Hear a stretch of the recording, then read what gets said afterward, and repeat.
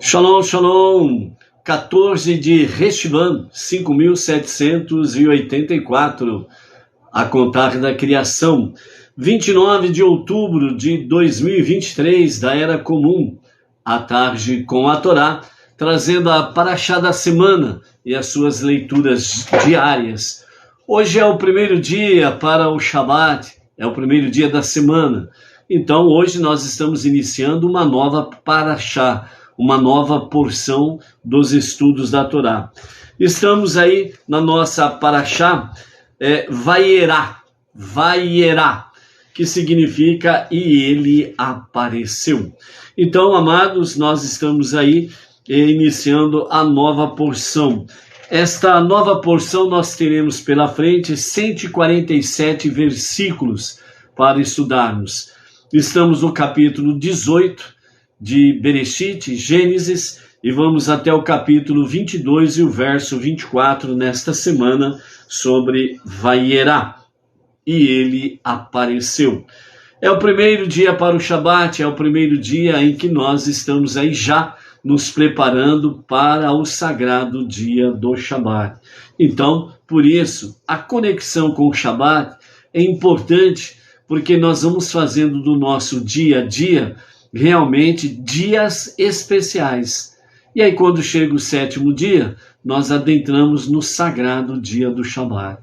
Então, que o nosso andar, o nosso agir durante esses 6 dias que temos pela frente, nós possamos aí andar à luz dos olhos de Hashem e à luz da sua Torá, ok? A nossa Parashá Vayerá, ela tem para nós realmente o tema como o fundador da fé monoteísta, que é exatamente Avraham. Nós estamos na nossa 4ª porção dos novos estudos da Torá 5.784. E então os comentários do nosso Rebbe Menachem Mendel para o início da nossa semana de Vayerá, o nome da Parashá, ele apareceu, que significa Vayerá, a sua primeira palavra que descreve a revelação de Deus para Avraham, exatamente depois da sua circuncisão. Esta revelação é seguida pela visita dos 3 anjos, que nós vamos ver aí os detalhes, que lhe informam o iminente nascimento do filho da promessa, Yitzhak. Em seguida, nós teremos aí o relato de Avraham, no bom sentido, discute com Deus em relação à destruição de Sedom, que significa Sodoma, e Amorá, que é exatamente a cidade de Gomorra, que Avraham migra para a Filistia depois, expulsa Agar e Ismael, depois que nasce Yitzhak. E enfim, Deus coloca Avraham à prova com a ordem de sacrificar este seu filho, Então aí nós teremos aí nessa Parashá da semana, teremos todos estes escopos para estarmos refletindo, buscando cada vez mais a compreensão e entendimento da Torá para o nosso dia a dia, ok? Hoje nós temos aí como tema para a terra prometida, o povo judeu, a terra de Israel, o milagre da redenção. Por isso, hoje a nossa prece em favor realmente de Israel e do povo judeu é exatamente o Salmo de número 66, é a nossa prece. O comentário do Salmo 66 nos fala da seguinte forma: o caráter milagroso da redenção de Israel, obra de Deus no passado, e a futura reunião dos dispersos, levará o mundo inteiro a reconhecer o domínio do soberano dos mundos, Então o Salmo 66, ele traz para nós exatamente a questão da visão da redenção, o milagre da redenção do povo judeu, o milagre da redenção de Israel. E é através exatamente do povo judeu, através de Israel, plenamente, nos dias de Mashiach, que será realmente todas as nações se renderão ao domínio do único Deus. por isso que fala, entre outros detalhes, né, que a terra de Israel ela vai se expandir sobre toda a face do planeta, né? E segundo alguns sábios, né, fala que isso está alicerçado na promessa de que Deus diz que a terra de Israel será expandida na redenção final, né? Então, dentro dessa versão, nós temos aí essa questão que toda a face da terra será Israel, né? Isso está exatamente em concórdia, em que quem estará reinando sobre toda a face da terra? O único rei, o único e o verdadeiro Mashiach, da descendência de Yehudá, David Melech, Shalomon Melech, né? Então essa descendência de David, né, este Mashiach, né, o justo Mashiach que há de se revelar a qualquer momento, e a qualquer momento mesmo, amém, vem amém. Então ele estará reinando sobre toda a face da terra. Então ele será rei absoluto.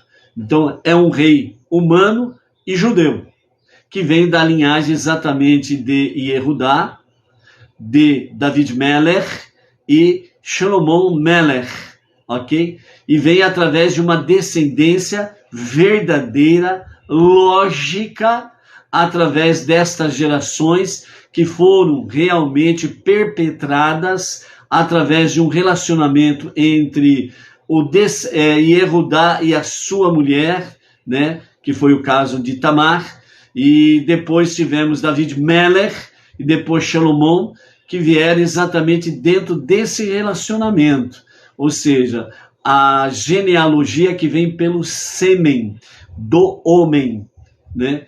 A mulher somente pode engravidar se ela receber o sêmen do homem. Não existe outra forma da mulher ficar grávida. É simplesmente impossível, entendeu? E não vem com essa conversa de que o impossível pertence a Deus e por isso que a mulher A, B ou C ficou grávida por um milagre, né? Sem o sêmen. É impossível isso. E se porventura, né, houvesse isso, então não haveria genealogia. Não haveria genealogia. Qual é a genealogia de Judá, Davi e Salomão? Sem ser pelo sêmen, entendeu? Então, por isso, realmente, o milagre da redenção de Israel é exatamente poder, diante de tantas perseguições, diante de tantos infortúnios, diante de tantas adversidades, que quase culminou com o seu extermínio, né? O último deles foi o Holocausto, e agora, desde o dia 7 de outubro de 2023, tentaram fazer um novo holocausto, né?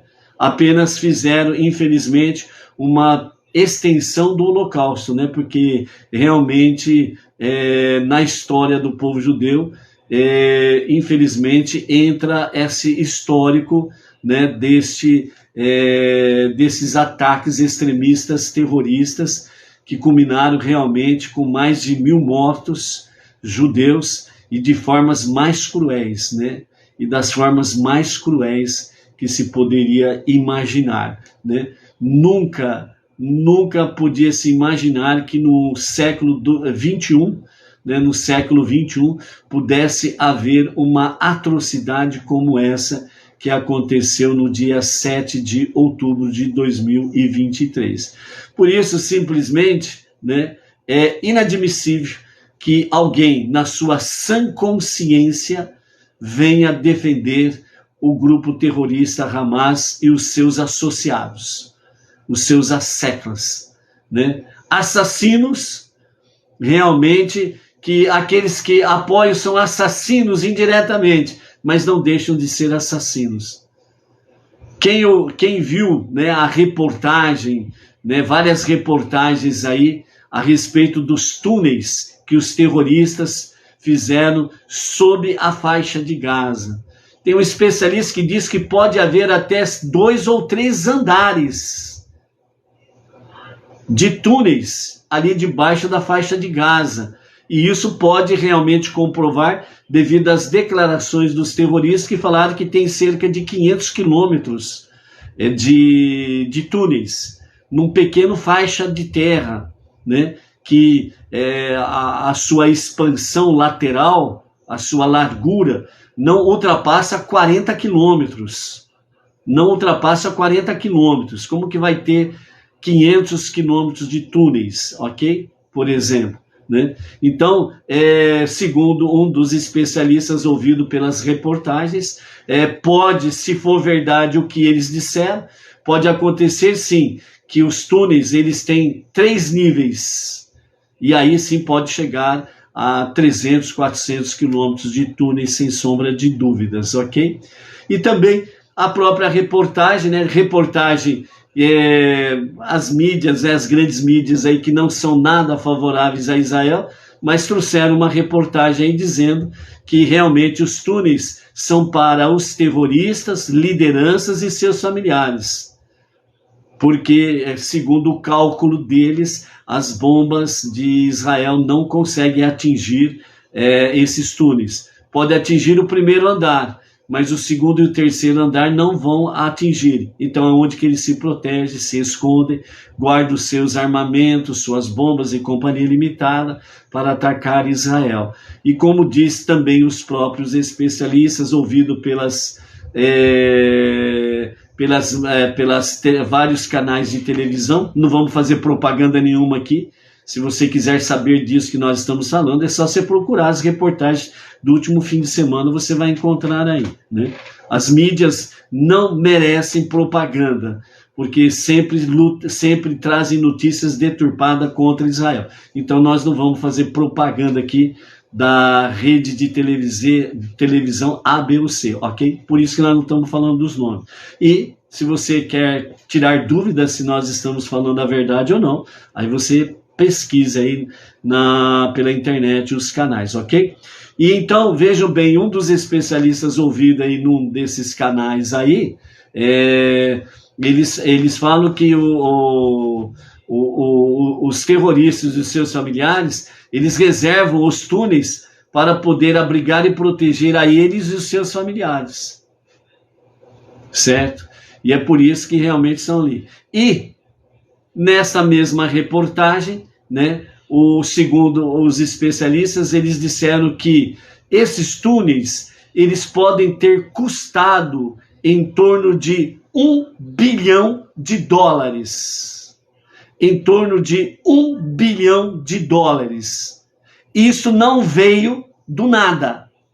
Não aconteceu nenhum milagre e choveu $1 bilhão para eles. De onde que vieram esse $1 bilhão para que eles pudessem construir primeiro, segundo e terceiro andar, por assim dizer, dos túneis? Enquanto que a população palestina, que são uma boa parte, não todos, mas uma boa parte é vítima, uma outra parte são militantes também. Infelizmente, são jovens que cresceram dentro do domínio terrorista e desde pequeno eles foram doutrinados a se tornarem militantes. Então aquele detalhe, depois que virou militante, lavagem cerebral e companhia limitada, fica difícil de poder reverter esta mentalidade, certo? Aqueles que não foram dominados por essa mentalidade, eles abandonaram a faixa de Gaza, obedeceram ao chamado, ao aviso, né, de Israel para abandonarem a faixa de Gaza e irem para a região sul, porque vai ser bombardeado, vai ser invadido e realmente vão, né, com a graça bendita de Hashem, né, as forças de defesa de Israel vão sim destruir o primeiro, segundo e terceiro nível desses túneis. Baruch Hashem. Vão sim destruir, né? E quem estiver pela frente ou se renda, né? Ou se rendam ou sofram os reveses pela agressão que fizerem contra as forças de defesa de Israel, entendeu? Então essa é a realidade, gente. Não adianta tampar o sol com peneira, não. Uma boa parte do povo palestino, infelizmente, são militantes. E eles aceitam serem realmente escudo humano. Crianças, velhos, jovens, né? Mulheres, porque já estão na militância. Tem uma reportagem aí, se vocês acompanharam, né? Uma mulher, quando ela recebe o aviso que o seu marido morreu naquela invasão terrorista lá no dia 7 de outubro, a mulher se alegrou, ela comemorou que o marido dela foi morto. E por quê? Porque ela ia receber em torno de $10.000 e ia ganhar uma casa dos terroristas. Organização criminosa por aí afora vai, se tiver alguma semelhança, não é um mero ocaso, não. É uma realidade, entendeu?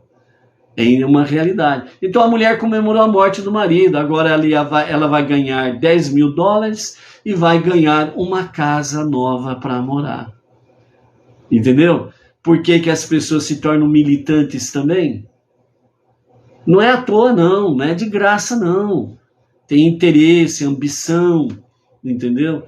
Então eles preferem viver na miséria e colaborar com os terroristas que gastam $1 bilhão para construir túneis. E depois vem dizer que Israel que não deixa passar alimentos e companhia limitada. Tudo fake news. Tudo fake news. Com conluio da ONU, infelizmente. Ok? Então essa é a realidade. Então, encarar a realidade para ver a verdade são para pessoas que realmente estão com a sua mente livre e não é escravo de ninguém e de nenhum sistema, entendeu? Então, essa é a questão. E é por isso que realmente nós temos o quê? A promessa divina para o povo de Israel e a terra prometida do milagre da redenção. E é essa a nossa prece no dia de hoje, baseado no Salmo 66, que assim diz: ao mestre do canto, um cântico, um salmo. Aclame a Deus toda a terra, eleve cânticos e a magnificência do seu nome, e que seja exaltado a glória do Altíssimo. Proclama ao Eterno, quão extraordinárias são tuas obras. Por teu imenso poder, a ti se sujeitarão mesmo os teus inimigos. Ante ti se prostrará toda a terra e erguerá a ti suas canções, louvando o teu nome. Vinde perceber os feitos do Eterno, que por sua grandeza desperta reverência nos homens. Transformou o mar em terra seca, e por seu leito marcharam a pé. Por isso, com ele, o Altíssimo, nos alegramos. Com seu poder governa o mundo. Seus olhos perscrutam as nações. Que não se vangloriem os rebeldes. Bendizei nosso Deus, ó nações da terra, que seja ouvida a voz que canta em seu louvor. Por ele nos foi concedida a vida e impedida de resvalar nosso pé.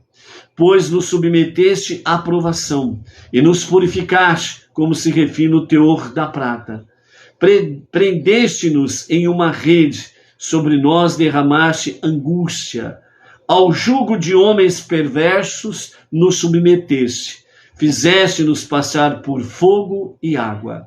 Mas finalmente nos conduziste à abundância da felicidade. Com oferendas virei à tua casa, e os votos proferidos por meus lábios, nos momentos de aflição, cumprirei. Trarei ao teu altar oferendas, os novilhos, carneiros e cabritos, a serem queimados como incenso. Que venham todos os que temem a Deus e escutem, pois cantarei o que ele fez por minha alma. Com meus lábios o invoquei, e com a minha língua o exaltei. Não me teria escutado o Eterno, se iniquidade percebesse em meu coração. Mas ouvi-me, e o Eterno, e aceitou minha oração. Bendito seja, pois não rejeitou minha prece, e não me negou a sua bondade. Ok? Então, essa é uma realidade do Salmo 66. O milagre da redenção de Israel. O milagre da sobrevivência de Israel. o milagre das vitórias de Israel. E por isso, diz bem claro o salmista, não se vangloriem os rebeldes, porque serão ceifados, serão vencidos, serão derrotados plenamente. Ponto. Não tem nem o que discutir isso. Deus disse, acabou. Entendeu? Um outro detalhe que você encontra aqui no Salmo 66 é quando se vê realmente, pois nos submeteste à provação e nos purificaste, como se refina o teor da prata. O povo judeu, através da sua história, tem sido, preste bem atenção nisso, tem sido expiação para as nações. Todo o seu sofrimento, aflição, angústia, perseguições, mortes, as atrocidades, tem servido de expiação para os povos, para as nações. E é somente, preste atenção nisso também, e é somente através da vitória de Israel que as nações serão abençoadas. E todas que se lançarem contra Israel, como diz aqui bem claro o versículo de número 7, com seu poder o Eterno governa o mundo, os seus olhos perscrutam as nações, os seus olhos estão em vigilância com referência às nações. Qual é a resposta de cada nação com referência a Israel? É a favor ou contra? Quem é a favor terão as suas recompensas pela sua decisão acertada. Quem é contra terão as suas recompensas pela sua péssima decisão. Esta semana o governo brasileiro disse que as forças de defesa de Israel estão sequestrando terroristas, estão sequestrando bandidos, assassinos. É um absurdo isso. É uma mente demente, louca, como é realmente toda militância que não consegue enxergar um palmo na frente do seu nariz e não consegue discernir a verdade da mentira ou a mentira da verdade. Um absurdo, uma declaração dessa, proveniente de uma mente doentia, entendeu? Porque só uma mente doentia para dizer um negócio desse. Porque as forças de defesa de Israel é o exército mais ético que existe na face da terra. E outro detalhe, eles não sequestraram assassinos e terroristas. Os terroristas entraram em guerra contra Israel. Aqueles que não tombaram, que não foram mortos devido ao combate, que foram presos, eles foram prisioneiros de guerra e não sequestrados. É um absurdo isso daí, entendeu? Então, a nossa nação, como todas aquelas que se levantam contra Israel, estão sim debaixo de um perigo muito grande e iminente. Então, por isso, na atualidade, não espere coisa boa para o Brasil, não. Não espere coisa boa para o Brasil, não. Porque o seu governante é o governante do povo. E se o governante é bom, como está escrito, todo o povo se alegra. Mas quando o governante ele é corrupto, nos seus níveis ético, moral e espiritual, o povo paga o preço. Então não espere coisas boas, não, enquanto o nosso governo continuar com essa sua péssima retórica contra Israel. Então, por isso, dobre as suas preces, dobre suas orações, recita muitos salmos, para que você, a sua família, as suas comunidades, as pessoas de bem, não venham sofrer grandes reveses diante da realidade dos fatos. Entendeu? Então, quem tem ouvidos para escutar, ouvir qualquer um ouve, mas quem tem ouvidos para escutar e tem massa encefálica sadia, o intelecto sadio para poder ver e analisar os fatos, o faça. E que aumente o seu, o meu, o nosso temor a Hashem, para que Ele tenha misericórdia de nós, das nossas famílias, das nossas comunidades Benenoa, nos 4 cantos do nosso país. Ok? Esses são os fatos apresentados. Agora você tire as suas conclusões sem sombra de dúvidas. Ok? Baruch Hashem por isso. Baruch atah Adonai Eloheinu melech haolam asher kuniyam b'divado. Aí, ó, o Anderson Gonçalves está também sugerindo aí o Salmo 72, 73 até o 76. Também vem de bom grado. Ou seja, quanto mais salmos, amados, recitarmos e pedirmos mais realmente em favor do povo judeu, da terra de Israel, a terra prometida, em favor das nossas vidas, nossas comunidades, quanto mais salmos nós recitarmos a Hashem, pedindo ajuda e socorro, mais realmente em nós, né, como está escrito, acampa-se o anjo do Senhor para nos dar a graça da proteção. Somente Deus é o nosso escudo, ok? Esta é uma realidade aí. Baruch Hashem, vamos em frente? Porque temos aí uma boa jornada pela frente, aí, sem sombra de dúvidas, certo?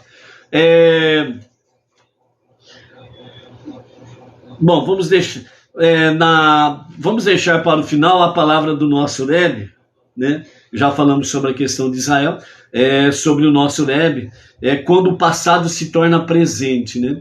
Nós vamos falar isso daí depois da introdução da nossa paraxá da semana, Vayierá, ok? Então a nossa paraxá Vayierá, ela está no capítulo 18 até o capítulo 22, verso 24 de Gênesis, Bereshit, no princípio, ok?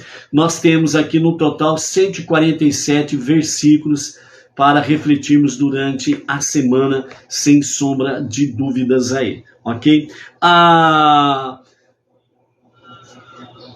Avraham, um pequeno resumo, né, do princípio da Odisseia de Avraham, né? Avraham Avinu, nosso pai Abraão. Então, no princípio, nós tivemos aí, né, principalmente aí com referências ao capítulo 11 de Bereshit, segundo Seder Hadorot, né, nós tivemos aí a questão de Avraham nasceu no ano de 1948, a contar da criação. E Sará nasceu no ano 1958, a contar da criação, né? Eles se casaram no ano de 1973, também a contar da criação. Em seguida, né, eles nasceram ali, né, em Ur-Kasdim, né, Ur dos caldeus, mais popularmente conhecido. Depois, no ano 2000, Avraham escapou da fornalha de Nimrod e com a família fugiu para Haran, né? Capítulo 11, também temos essa daí no versículo 31. Então ele sai ali, né, do Ur dos caldeus, Babilônia, e vai para mais o norte, né, onde ele vai para Haran. Depois, no ano de 2023, Deus se revelou a Avraham e ordenou que ele fosse para a terra que eu mostrarei a você. Então, Avraham viajou para Canaã, deixando Terah, Nahor e Lot em Haran. Ao chegar em Shechem, ele construiu um altar e ofereceu sacrifícios a Deus e continuou viajando rumo ao sul, em direção a Jerusalém, conforme está no capítulo 12, verso 1 a 9. Então ele vai para a terra de Canaã. Ele sai ali do sul da Babilônia, atualmente conhecida, Ur dos Caldeus, vai para a região norte, em Padan Aram, né? Depois ele volta para, não no mesmo sentido, mas já um pouco mais subindo, né? No caso, mais à esquerda. Ele desce, então, no sentido da terra de Canaã, né? E ali ele vai, então, até o Egito, por causa da fome, e depois ele retorna, né, à terra de Canaã, né? Então, essa viagem, resumidamente, de Avraham Avinu, que faz aí no início dessa sua Odisseia do monoteísta, né? O primeiro judeu, o primeiro monoteísta no sentido literal exato da palavra, ok? Então, quando ele retorna à terra de Canaã, com o fim da escassez, né? Ele atravessa de volta a terra de Canaã, retornando ao local onde sua tenda estava montada, né? Em Betlehem, né? No capítulo 13 nós temos esse registro aí, ok? E agora nós vamos adentrar no capítulo 18, que é exatamente Vaiera, e ele apareceu, ou seja, o Eterno apareceu a Avraham depois da sua circuncisão. Então, os nossos mestres dão-nos a seguinte introdução à nossa paraxá da semana, né? Então, Vaiera é uma continuação à primeira vista, diz os nossos comentaristas, direto da paraxá Lech Lechá, que é a que encerramos ontem. Em Lech Lechá, nós lemos sobre as viagens de Avraham, como fizemos o resumo agora. Disputas, ele teve guerras e a sua vida familiar. Agora que na paraxá Vaiera, né, a história ela prossegue, mas ela prossegue de uma forma mais peculiar com a parte da vida de Avraham Avinu, né? A época do primeiro judeu. A Torá não é um livro de história, ela é uma fonte valiosa de inspiração e ensinamentos para nos conduzir ao encontro do nosso Criador. Assim, não podemos estar lendo aqui duas partes, por assim dizer, de histórias de Avraham. Cada paraxá é uma entidade autossuficiente na sua própria essência. Por isso que cada paraxá tem um nome muito peculiar, porque ela vai na sua essência. Completa em sua própria mensagem, do próprio título da paraxá, né, que é transmitida pelo seu nome. Então, Vaiera, e ele apareceu. O Eterno apareceu a Avraham, certo? Então, qual é a lição de Vaiera em que ela difere de Lech Lechá? Então, os nossos mestres dizem, a distinção básica entre as duas parashiot, as duas porções, é que a paraxá Vaiera descreve a vida e as realizações de Avraham após a sua circuncisão. A circuncisão não é unicamente uma questão de mitzvah, um preceito, um mandamento, mas é uma maneira singular de se conectar com Deus. Mas, acima de tudo, é um pacto que condensa de forma genérica toda a mensagem do judaísmo. Ou seja, todo homem judeu é circuncidado, porque isso faz parte da forma genética. Significa o quê? É a forma da identificação do judeu no seu pacto com Deus.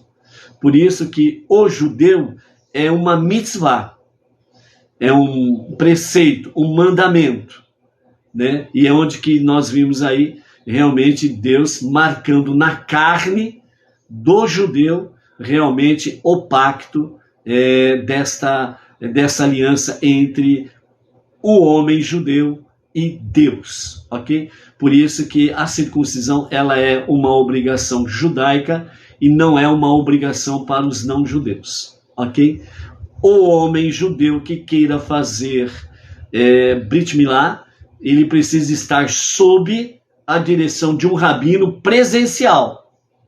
Nós precisamos entender essa questão, viu? Porque tem muito Benei Noah que fica, entre aspas, numa conexão com o rabino virtual.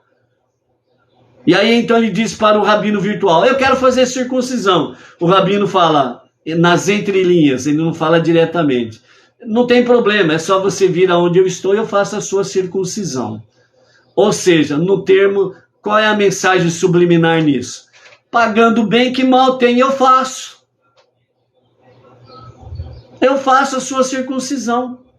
Pagando bem, não tem mal nenhum.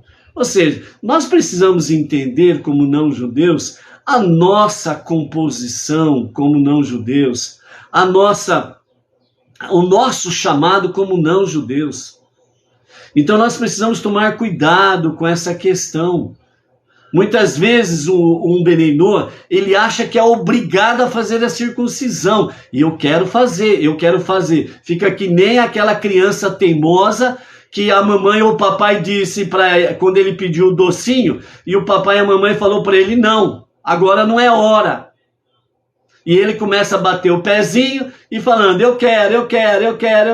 Muitas vezes um Benei Noach, ele fica parecendo uma criança teimosa, mimada desse jeito. E o papai e a mamãe disse assim, não é hora de você comer esse doce. Ponto! Então, os Benei Noach, ou seja, os homens Benei Noach, precisam compreender a sua configuração, né? E não ser aí uma criança mimada, teimosa, que bate pezinho e fica gritando, eu quero, enchendo os picoá do papai e da mamãe, entendeu? Então, seja inteligente. Seja sábio, ok? Um dos princípios básicos do judaísmo é que a espiritualidade não deve ser relegada às esferas mais abstratas da existência. Ao contrário, os princípios da Torá devem se tornar tangíveis e visíveis na carne e no sangue do homem. Ou seja, aqui mais uma vez, né, antes do Monte Sinai, já Deus estava preparando todas as coisas para que o mundo espiritual e o mundo físico possam se encontrar e ter equilíbrio. Ou seja, a nossa vida pessoal e secular, ela precisa estar no equilíbrio com a nossa vida espiritual, que vem de cima. Não podemos ter desequilíbrio nisso, porque se uma pessoa ela adentra no nível espiritual, somente no nível espiritual, que aqui ele fala, né, esferas mais abstratas, porque não é palpável, né?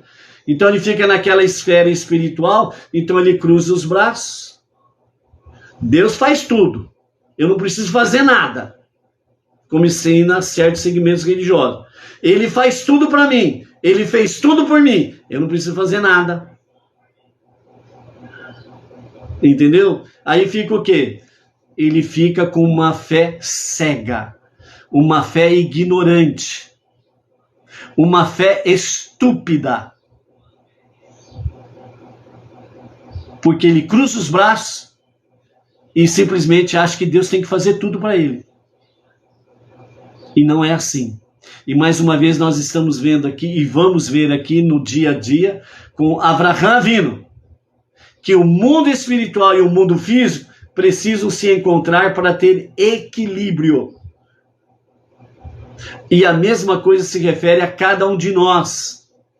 Nós precisamos, a nossa vida secular, ou seja, família, a minha vida pessoal, profissional e por aí afora, vai. E a minha vida espiritual com Deus, elas precisam andar juntas, em equilíbrio, para que as coisas possam acontecer. Entendeu? Vejam bem o que está acontecendo, principalmente a partir do dia 7 de outubro para cá. Se Israel atender, entre aspas, né, aquilo que certos países, junto com a ONU, estão pedindo para abaixar as armas, o que vai acontecer? Então Israel diz assim, bom, vamos abaixar a arma, vamos só confiar em Deus. Deus vai fazer tudo. Nós não precisamos fazer nada. E vamos obedecer às nações, que é de baixarmos as armas. O que foi que a Golda Meir respondeu quando foi inquirida sobre essa questão? Ela simplesmente disse, se os nossos inimigos abaixarem as armas, haverá paz. Mas se nós abaixarmos as armas, Israel e o povo judeu serão exterminados.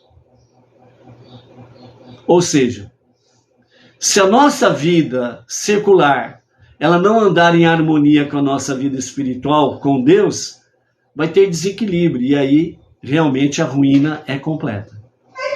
Entendeu? Então, esta é a questão que nós precisamos estar atentos aí.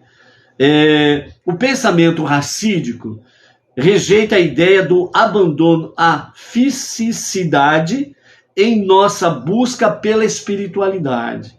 Ao contrário, nossa meta é tornar o mundo físico receptível e sensível ao divino. E isso ocorre de modo vivido e efetivo, no pacto da circuncisão, onde a espiritualidade associada a uma mitzvah se torna permanentemente marcada na carne do homem. Obviamente, só para repetir, né? E também não querendo ser repetitivo, mas só para repetir, né? Especificamente, essa mitzvah da circuncisão é para o homem judeu, ponto. E aqui dentro da nossa paraxá, né, Vayierá, onde o pensamento racídico diz de forma bem clara que não aceita a ideia do abandono da fisicidade, ou seja, o mundo físico, a nossa vida física, a nossa vida secular. Então a lição que fica aqui é que nós precisamos acrescentar a nossa vida secular, a nossa vida física do nosso dia a dia com mandamentos.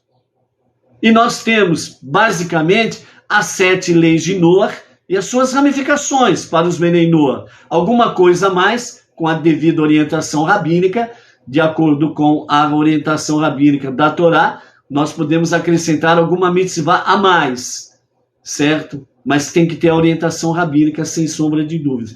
Então, essa questão da fisicidade, ou seja, o nosso mundo físico, a nossa vida física e secular, ela precisa estar em equilíbrio, em união com a nossa vida espiritual, para que as coisas possam acontecer de forma surpreendente ou até mesmo em milagres, né? Não restam dúvidas que isso acontecerá, se nós procurarmos andarmos realmente dentro deste equilíbrio, dentro desta questão aí, ok? Então, por isso, a paraxá é chamada de Vayierá. Deus apareceu para ele, para Avraham, porque tudo que nós lemos, né, descreve que uma nova etapa na vida de Avraham, na qual seu corpo físico se tornou um receptáculo para a divindade, através do pacto da circuncisão. E o que o nosso Rebbe Menachem Mendel fala, né, não somente para o povo judeu, mas fala para os não-judeus? A circuncisão do coração baseado na própria Torá. Que a própria Torá nos fala sobre a circuncisão do coração, que é exatamente o quê?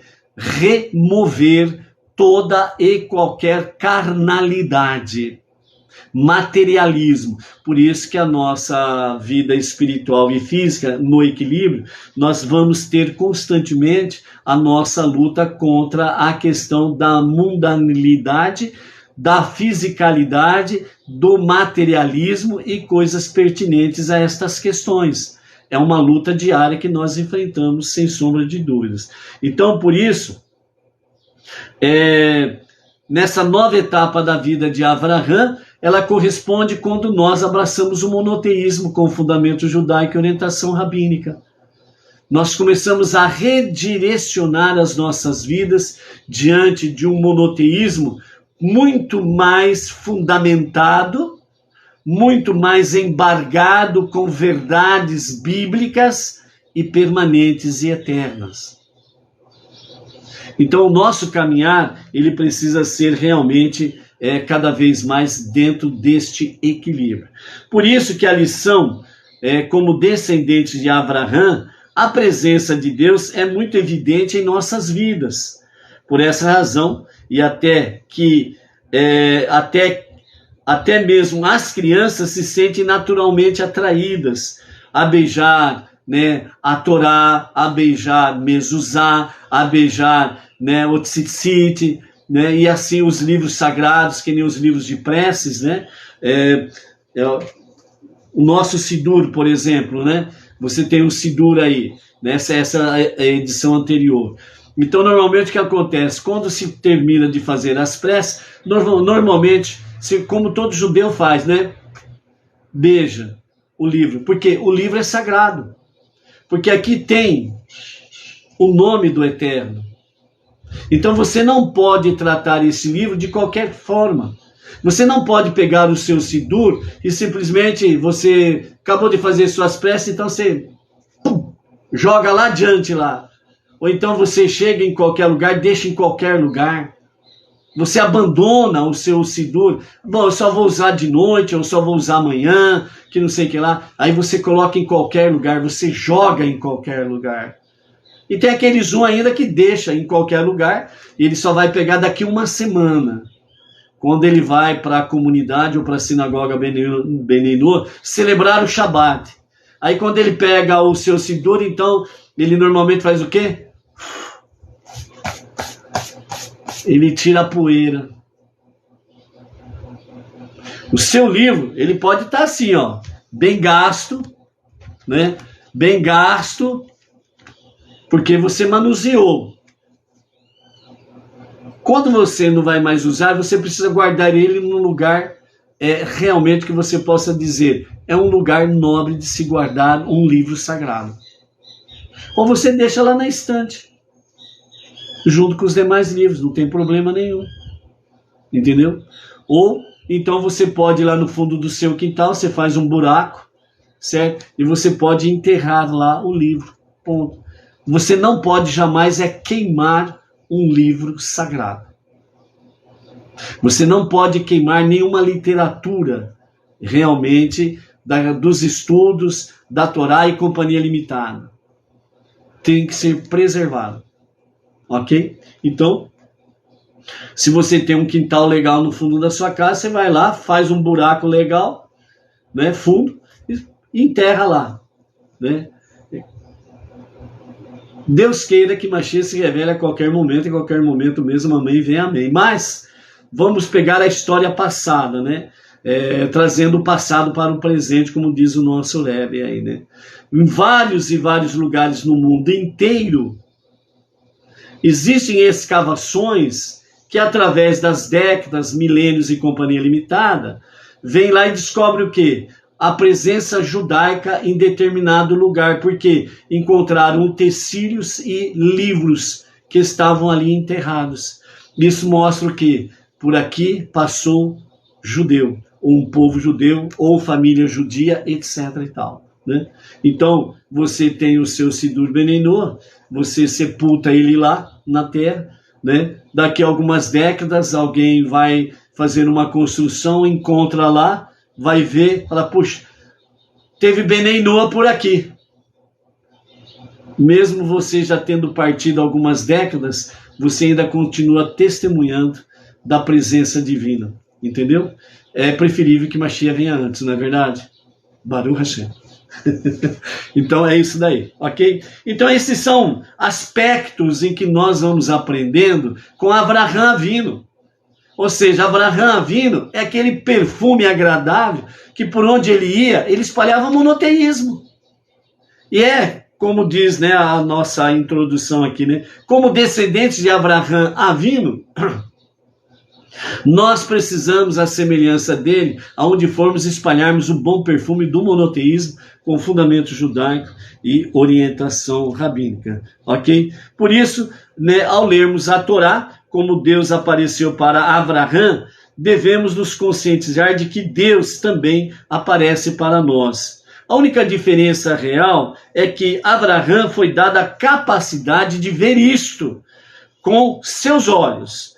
Mas como descendentes de Avraham, não deveríamos nos satisfazer com a presença invisível de Deus. Nós deveríamos clamar e perguntar, por que Deus mostrou-se a Avraham e não se mostra para nós? É uma pergunta em que os nossos sábios falam, né, a partir do povo judeu, que esse é o questionamento que todo judeu deve fazer para Deus. Só aparecesses Avraham Avinu, por que não apareceu para nós? Certo? Então, dentro deste sentido, né, nós temos exatamente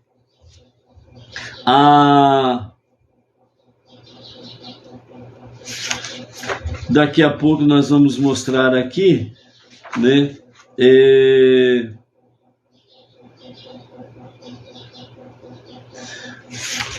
a questão porque Deus não se mostra para nós, né? Nós temos aí um exemplo, né? Aqui. Em que um menino, ele chega para Deus e chega para ele escuta, né, o rabino falando que Deus se revelou a Abraham, e ele começa então a chorar, né? E como ele começa a chorar, né, por causa dessa revelação de Deus a Abraham, então o rabino pergunta para ele, né? Mas por que você está chorando? Então o menino fala assim: é porque Deus se revelou a Abraão, mas ele não se revelou a mim. Por que ele não se revelou a mim? Ele poderia, se quisesse, se revelar a mim também. Eu quero que Deus se revele para mim. Vamos ver como que é essa história mais precisamente, literalmente, e citando os nomes dos personagens? Então vamos lá. Então diz assim: quando o Rebbe Rashab tinha 4 anos para 5 anos, ele aprendeu que Deus apareceu para Abraham. Ele começou a chorar e reclamou com seu avô, o Tzemar Tzedek: por que Deus não se revela a mim?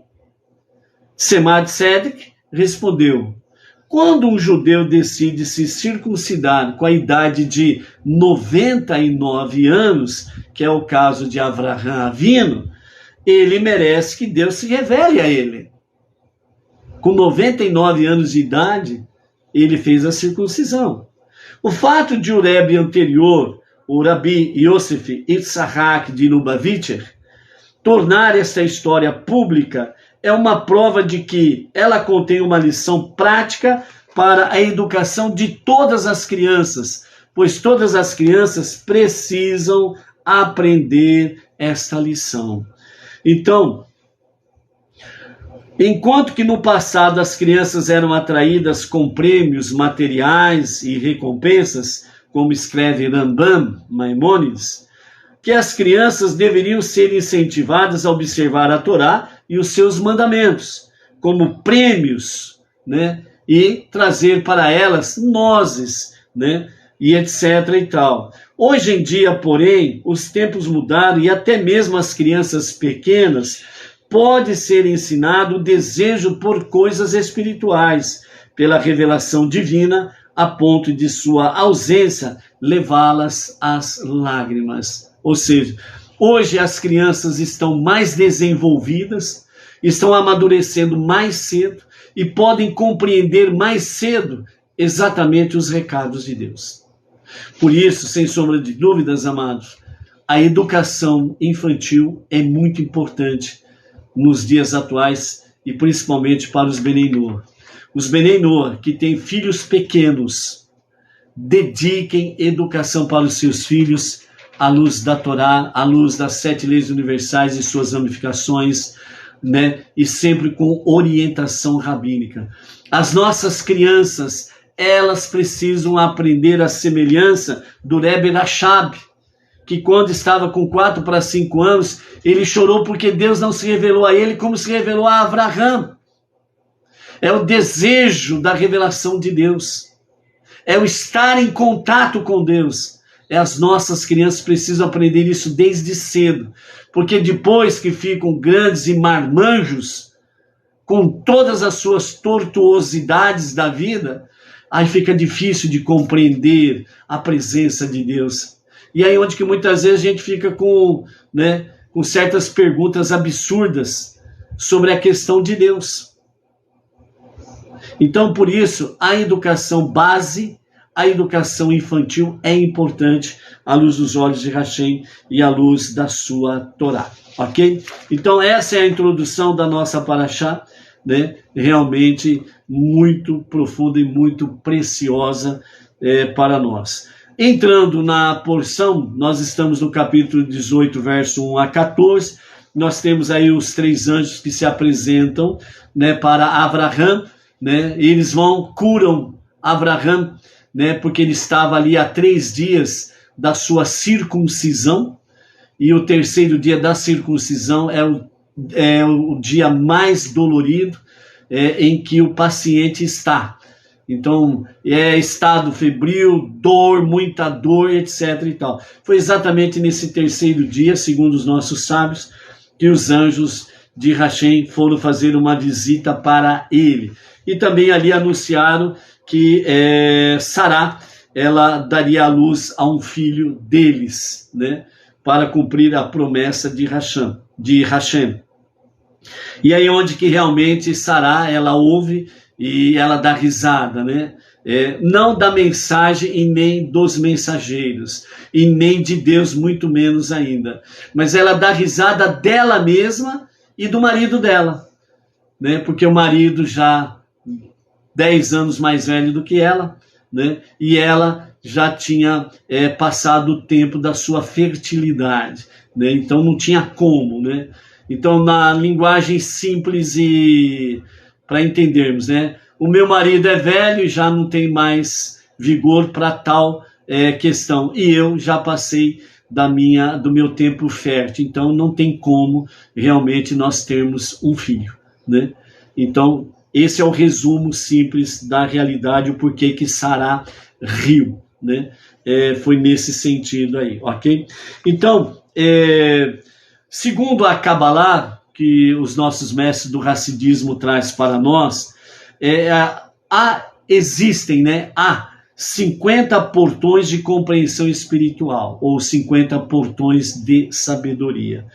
Avraham, ele atingiu o 49º portal da sabedoria espiritual, mas o 50º portal ele não atingiu. Porém, quando ele se circuncidou, né, ele alcançou o maior grau de perfeição, que é o 49º portal, né? E adoeceu exatamente pela ânsia pelo 50º portal. Foi aí então que os anjos realmente apareceram a Avraham e trouxeram para ele a cura. Isso está aludido pelo fato de que o termo hebraico usado para a pessoa doente, no hebraico foi usado a palavra rolê. Rolê. No hebraico, para se referir a uma pessoa doente, ele tem um valor numérico na gematria, ou gemátria, né, da Kabbalah, de número 49. Então, dentro da visão, segundo os ensinamentos racídicos, dentro da visão Kabbalah, então, Avraham estava doente por causa disto, porque ele alcançou o 49º portal e não conseguiu o 50º, então aconteceu exatamente isso. Ele se tornou rolê, uma pessoa doente, por almejar o 50º portal. Então, por isso, entre aspas, né, Deus apareceu para ele, revelando o 50º portal da compreensão espiritual, e assim ele curou a sua doença espiritual e a sua doença física, certo? Então ele tornou-se plenamente são, sadio. E como a doença física de Avraham era um reflexo do seu descontentamento espiritual, então a revelação divina curou tanto espiritual como fisicamente a Avraham, ok? Segundo o nosso Da'at Zekinim, né, Rashi comenta sobre essa questão de o que diz o verso 8, né, Avraham ter servido carne e leite junto aos visitantes, né? Então nós temos aí Avraham oferecendo, né, nata e creme de leite e os bezerros.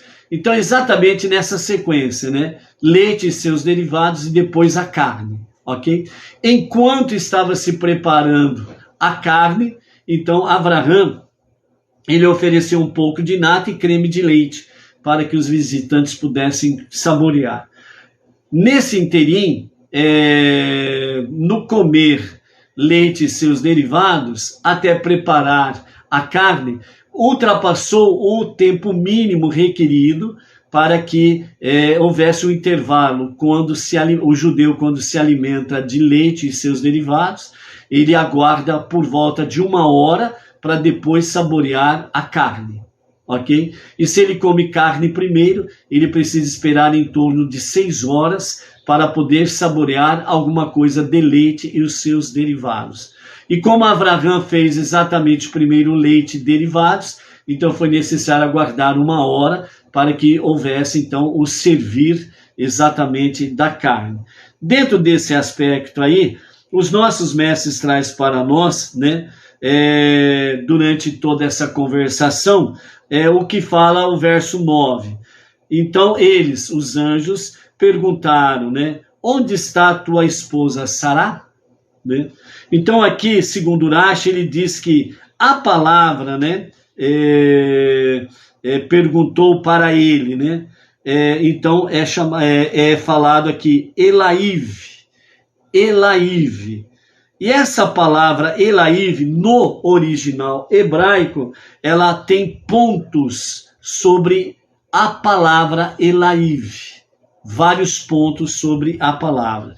Então, segundo o Rabi Shimon ben Elazar, ele ensinou: sempre que uma palavra tiver mais letras sem pontos do que letras com pontos, devemos interpretar as letras sem pontos de uma forma especial. Mas aqui as letras com pontos são mais numerosas do que as sem pontos. Por isso as letras com pontos merecem uma interpretação especial. Então, a palavra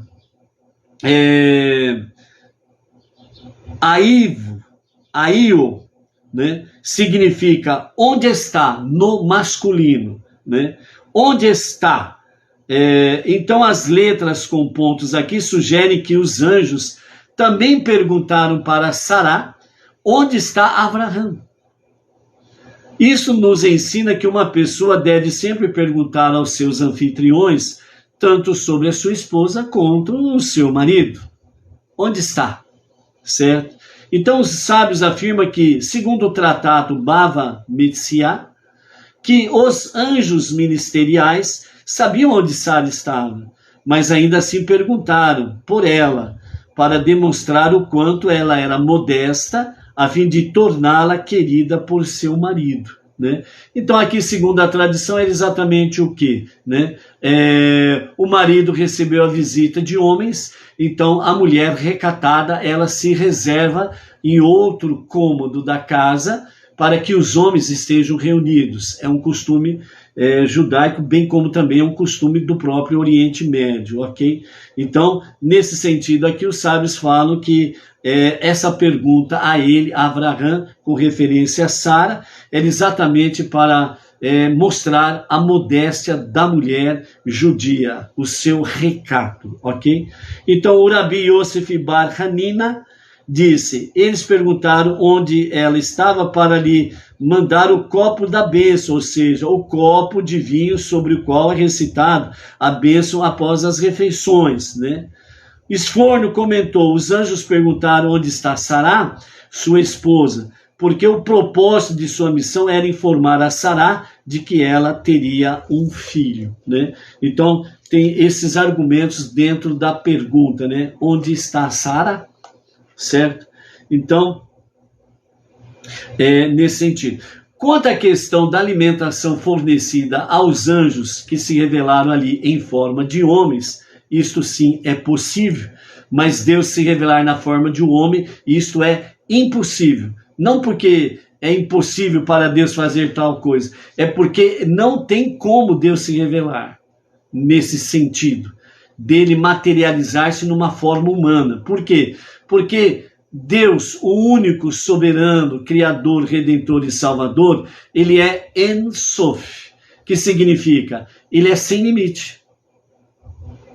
Ele é o infinito.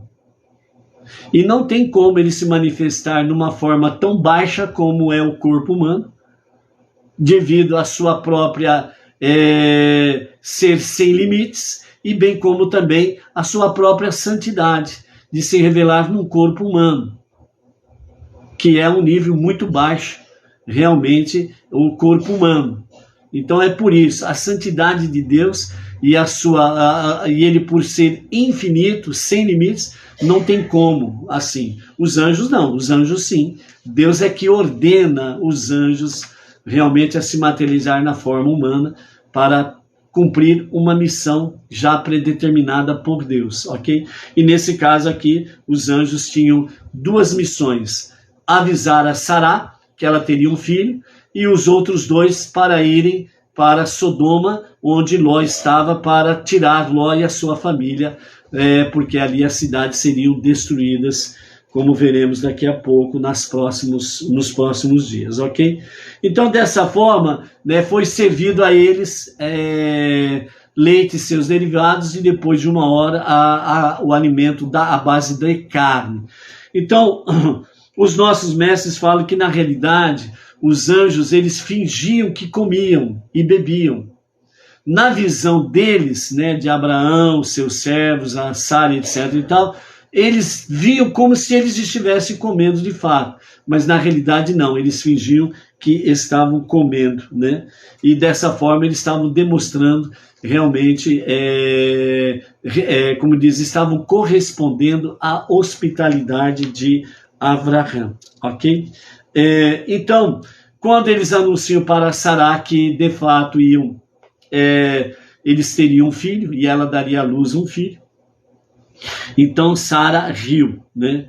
Segundo Rashi, fala, de acordo com Onkelos, Sará riu, mas Avraham se alegrou, como nós temos aí no capítulo 17, verso 17.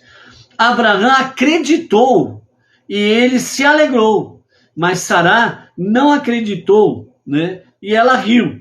Por isso, Deus se irritou com Sará, né? Mas não se zangou com Avraham, né? Porque Sara, ela duvidou, por assim dizer, numa palavra simples, né? Duvidou que seria possível isso, porque ela já tinha passado dos dias da sua fertilidade e o seu marido já era de idade, velho.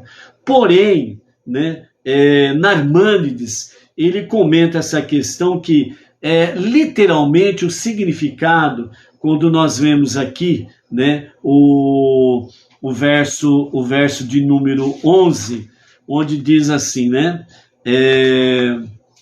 Avraham e Sará já eram velhos, mais ainda imersos na vida diária, e Sará já havia parado o ciclo de uma mulher. Então, Narmânides, ele fala isso, que avançados de dias pode não significar excepcionalmente velho, né? Como também Ibn Ezra fala sobre isso.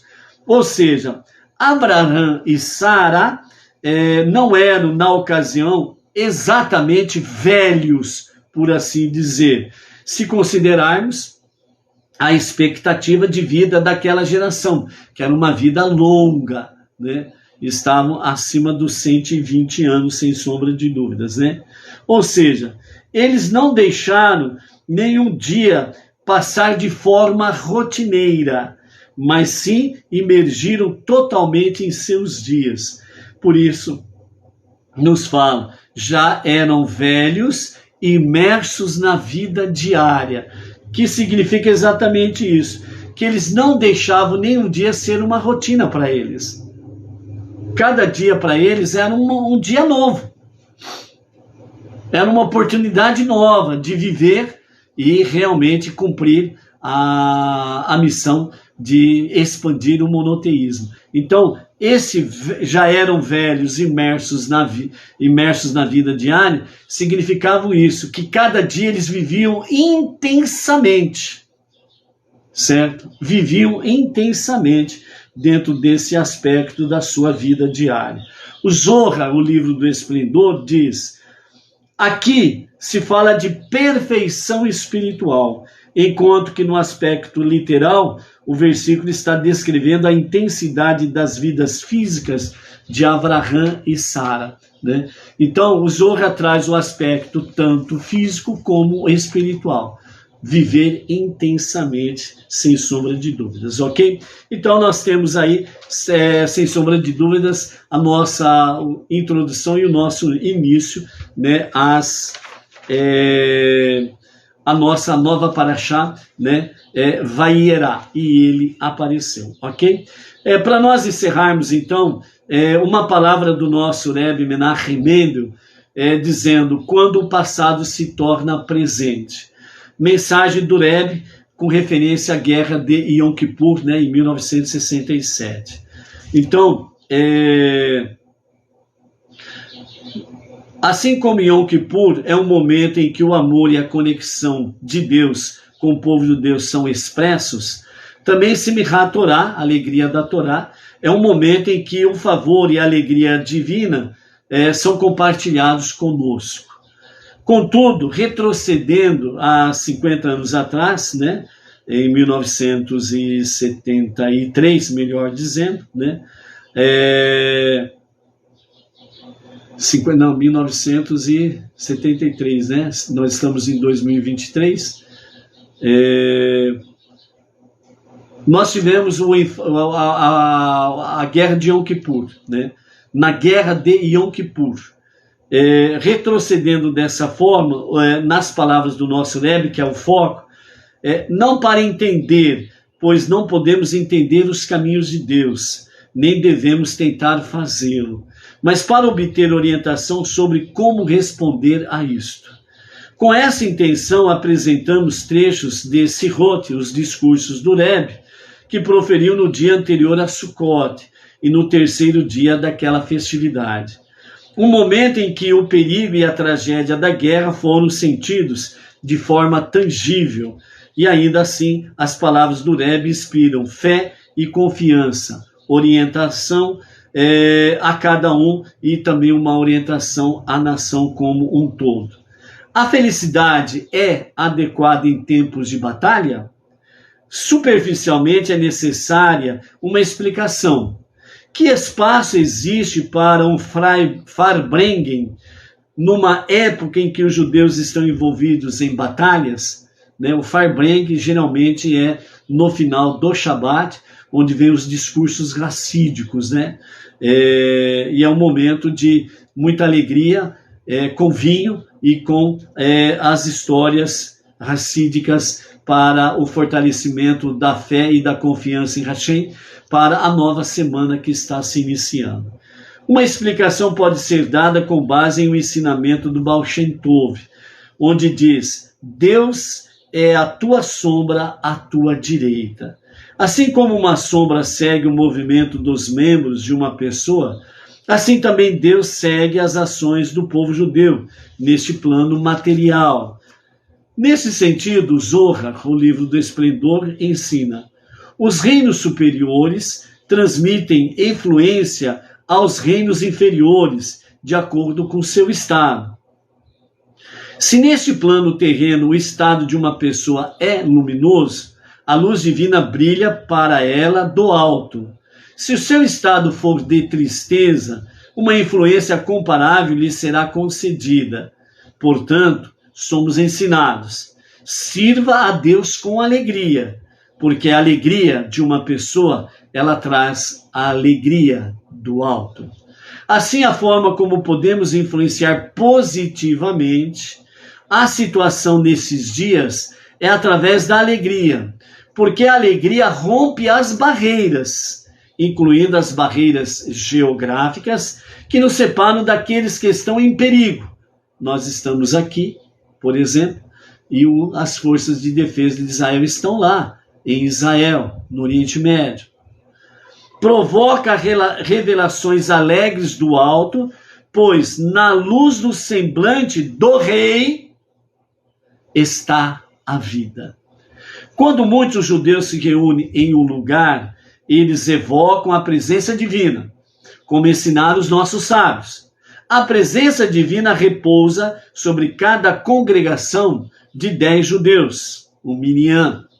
Quanto mais isso é verdadeiro, quando as reuniões estão relacionadas com os ensinamentos da Torá, um despertar para o temor do céu e em Tzedaká, no espírito do versículo que diz: Sião será redimida para julgamento e seus cativos com caridade. Então, nós temos aqui nessa primeira parte exatamente o quê? Por isso que você está vendo, depois dos 2 primeiros dias, o 7 e o 8 de outubro, né, em que o povo e as forças de defesa de Israel começaram a se restabelecer da surpresa e do susto. Então nós tivemos aí nessas últimas 2 semanas o nascimento de vários bebês em Israel, motivo de alegria, júbilo, festa. Tivemos o povo, as forças de defesa e o povo se reunido em torno da Torá, dos rabinos, alegrando-se, dançando e cantando louvores a Hashem. Tivemos também celebração de casamento no fronte da batalha. Um guerreiro e uma guerreira se casando.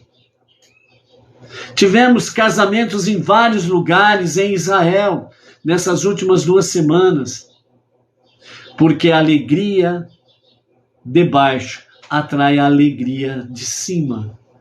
Servir a Hashem com alegria. Então, mesmo nos momentos conturbados, servindo a Deus com alegria, traz a alegria de cima.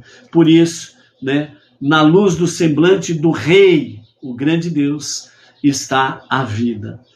Quando eu fui pressionado de cima, diz Rashi, menciona momentos em que uma pessoa profetiza e não sabe o que está profetizando. Há momentos em que fazemos coisas e não sabemos o propósito do que estamos fazendo.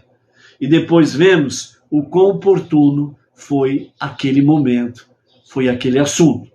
Durante todo o verão, a ênfase foi colocada no versículo que diz, né, segundo Rashi, baseado em Bereshit, capítulo 45, verso 18, né?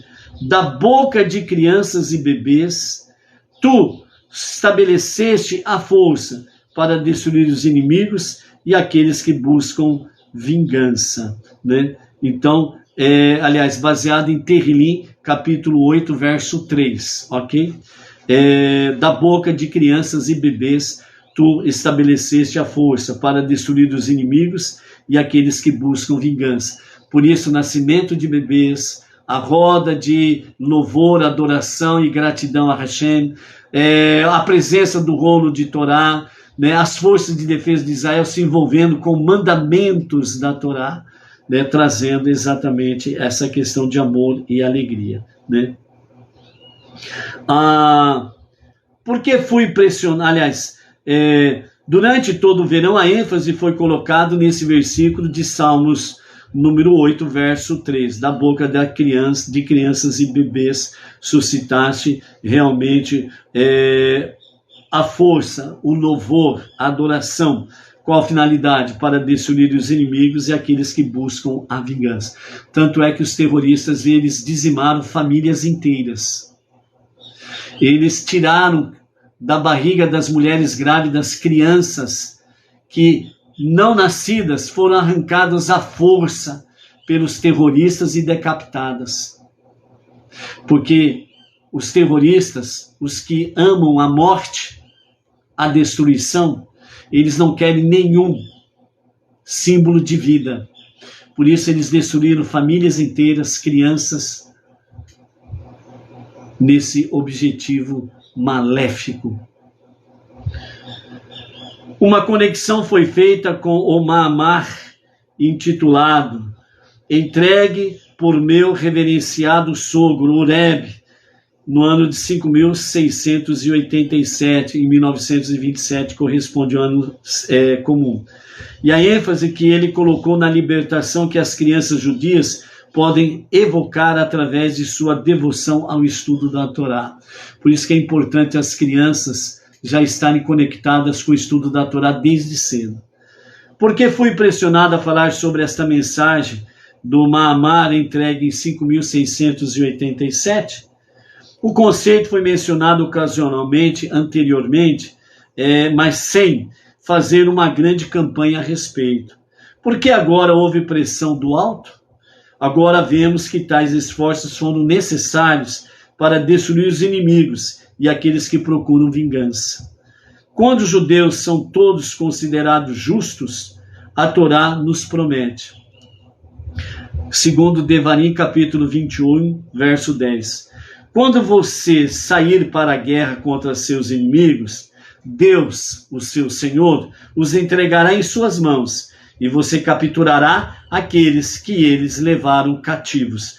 Vejam bem o que diz o versículo de Devarim, capítulo 21, Deuteronômio, capítulo 21, verso 10.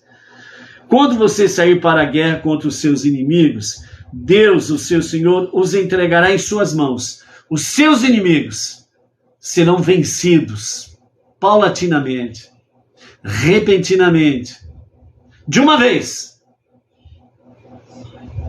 Os seus inimigos cairão diante de ti. Então, os terroristas do Hamas já têm a sua sentença. E os que apoiam eles também já têm a sua sentença aqui. Deuteronômio, capítulo 21, verso 10. Serão entregues nas mãos dos judeus, das forças de defesa de Israel. Ponto. E na sequência, você capturará aqueles que eles levaram cativos, as vítimas dos sequestros. As forças de defesa de Israel irão buscá-los, irão resgatá-los e trarão para o convívio dos seus. Os corpos daqueles que perderam as suas vidas serão também resgatados e serão levados para um enterro digno, para que as suas memórias sejam honradas e eternas. Por isso, os judeus que estão agora em cativeiro, e da mesma forma todas as centelhas da divindade encontradas entre as nações em guerra serão redimidos. Isso é particularmente verdadeiro quando os judeus estão no nível de tzadikim, os justos, pois a essência do dia traz expiação. Ou seja, esses dias de guerra está trazendo expiação para o povo judeu. Por isso, a união e a unidade do povo judeu está muito, muito forte. E este é um momento em que o povo judeu se torna um povo tzadik, um povo de justo. E é um momento que a vitória sobre os inimigos é garantida. Então, por isso, assim naquele dia, todos os judeus, quanto mais aqueles que arriscam as suas vidas para defender milhões de judeus, estão no nível dos tzadikim. São palavras do nosso Rebbe Menachem Mendel, nos dias da guerra de Yom Kippur. Ou seja, como dizem os nossos mestres do Chabad, quando o passado se torna presente. Não há lugar para questionar se era apropriado realizar atividades proibidas nesse dia sagrado, pois no momento de perigo para o povo judeu, qualquer atividade necessária para fortalecer os que estão em batalha não só é permitida, mas ela é necessária. Que seja a vontade de Deus que vejamos as maravilhas divinas com os nossos próprios olhos, maravilhas tão grandes que reconhecemos que não foi minha força e o poder da minha mão que me trouxeram o sucesso, como está registrado em Deuteronômio capítulo 8, verso 17. Mas sim, este é o dia em que Deus operou maravilhas. Vamos nos alegrar e celebrar este dia precioso, como diz o Salmo 118, verso 24. Será claramente reconhecido por todas as nações que cada centímetro de Israel pertence ao povo judeu. E, de fato, mereceremos uma antecipação da profecia que está em Deuteronômio capítulo 19, verso 8, que nós vamos ler agora, esta profecia do capítulo 19, verso 18, que assim diz.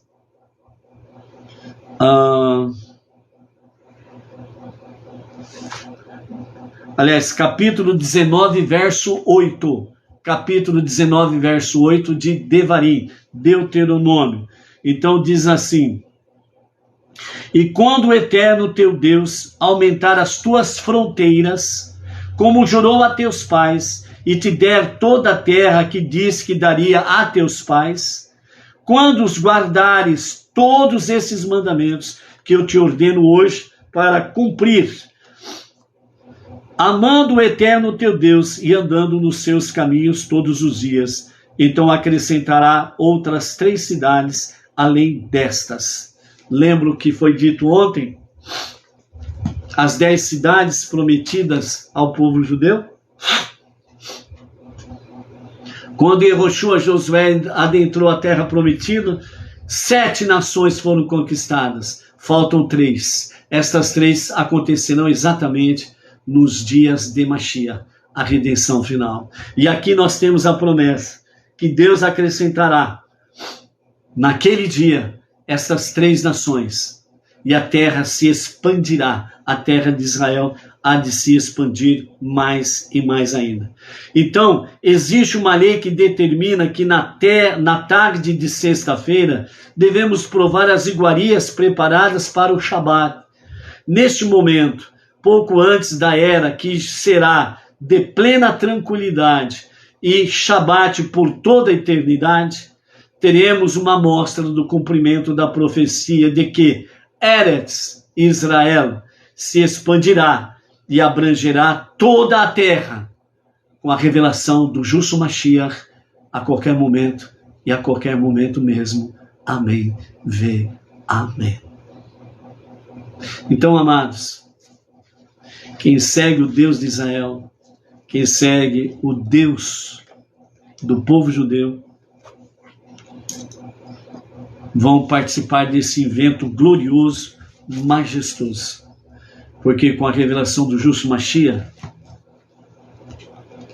haverá um só povo, uma só nação.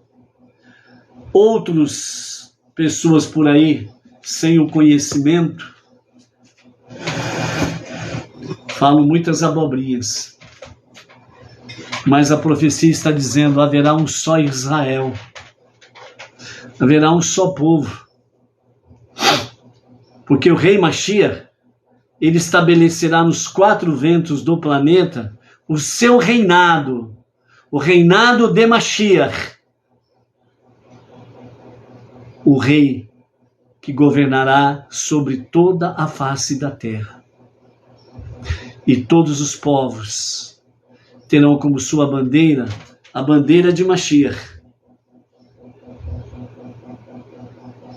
E de Jerusalém sairá a Torá para todas as nações, para aprenderem e estarem juntos com o povo judeu, para servir o único Deus.